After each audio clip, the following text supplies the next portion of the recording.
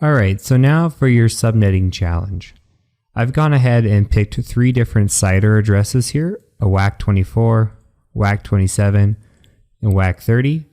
What I want you to tell me is how many hosts can each one of these have? What's the subnet mask for every one of these hosts? I want to know the network ID, the broadcast IP, the first usable and last usable IP addresses. So given this chart, this should take you maybe about 5 minutes. So go ahead and pause the video and give it a go. If you find yourself stuck or unsure, either go back and watch the first video, or I will have the solutions here when you come back. Okay, so when we start with the /24, I wanted to give you a basic one, a common one to start with, because this is the one you're going to see the most often.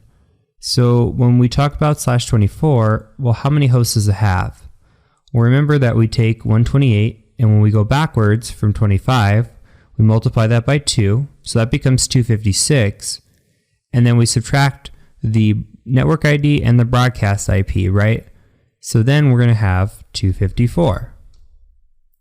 Okay, so what subnet, let me make these centered here, actually, or left. So what subnet is this going to be on? Well, if we go to 24 here, we're in the 3rd column, and we see the subnet is 255. So we'll say 255 across the board with a 0 at the end because we never broke into this 4th row right here. Okay, so the network ID. I gave you some flexibility here. You could choose whatever you'd like. So we need a lockdown IP address, right, for the first 3. So I'm going to use 192.168.0, and your network ID would be .0. Your broadcast IP would be 255, and your first usable would be 0.1. Last usable would be 0.254. So let's make sure that this makes sense. So we have a subnet here. We agree on the mask, 255, 255, 255. Now if you put something different here, as long as your N numbers are the same, that's fine. So our network ID is going to be 0, and our broadcast IP is 255. Those are the first and last addresses in this range. So we have 256 possibilities, but only 254 hosts. So your first host would be at .1, and your last host would be at .254. So when we talk about a WAC27 network, okay, so how many hosts can a WAC27 network have? Well, we come here and we see that there's 32, and then we have to subtract the 2 again, so we'll say 30. What's the subnet mask for that? Okay, so we know we're in the 4th column, so the first 3 are 255s, and the last one is going to be 224 because it falls in line with this column right here, right?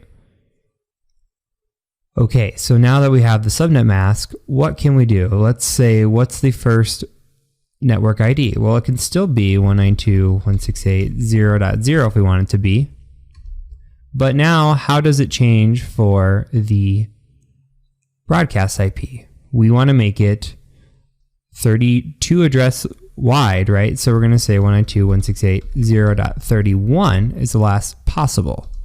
If that makes sense, there's 32 possible addresses in here, 30 hosts, 32 possible addresses, which means our hosts then would have a range of 1 to 192.168.0.30.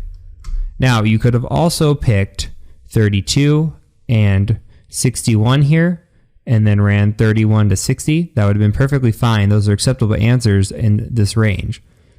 So just note that if you did something a little different, but you were in the same line, that works as well. Okay, so for the final one, when we talk about a WAC30, let's go over here. Okay, well, we have 4 on the host line. We have to take off 2. So that leaves us with 2 possible hosts here. And when we look at a subnet mask, we're in the 4th column again. So 255, 255, 255, 254, actually, sorry, 252, I read that wrong, would be the correct subnet here. Okay, so we can still have the same network ID if we want. And for the broadcast IP, then we just go up to 4 or to 3, right? We go up 4. So 0, 1, 2, 3. That's 4 addresses there. Okay, so then that leaves us with 2 hosts, right? 192.168.0.1 and 192.168.0.2. Okay, so hopefully that makes sense. You should be able to use this chart and just kind of pick it apart and get a network pretty quickly. So if you're planning on taking a certification exam, I really hope this was useful for you.